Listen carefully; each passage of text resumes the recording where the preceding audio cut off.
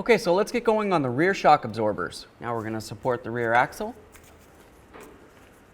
It's probably pretty great. To get started, we're going to be underneath the vehicle, and you can either remove the wheel or leave it on. It's up to you.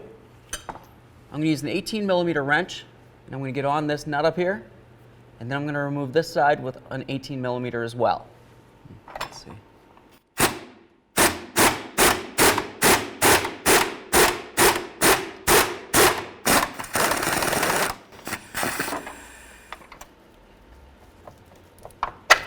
That bolt out of there.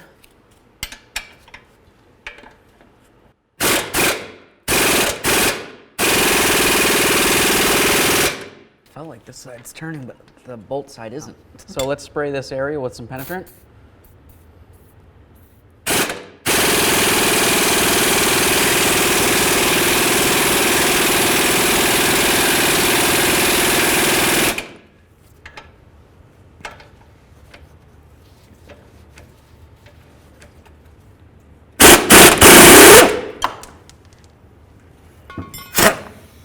Hold your shock.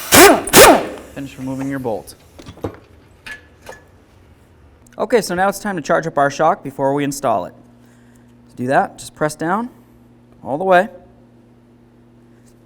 We're going to remove this, let it fully decompress, and then we're going to recompress it and go back and forth 3 to 5 times.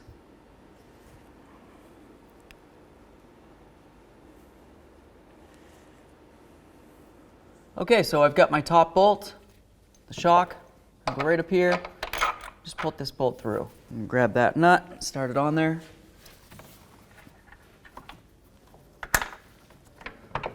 That's started. Now we're going to start in this lower one. Just bring it over to where it needs to be. This bolt comes through from the inside out. Lower this, line up the hole.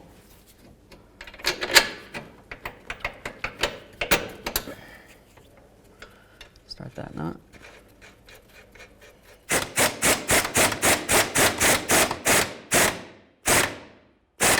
Okay, that one's bottomed out. So let's torque these mounting bolts to 55 foot-pounds. Get this out of here. Now you would do the same for the other side of the vehicle. Okay, so when you're doing the other side, you might notice that you can't seem to get your wrench inside there. These lines are in the way. Boo. All you would do is remove these bolts right here. They're 16mm and there are 4 of them.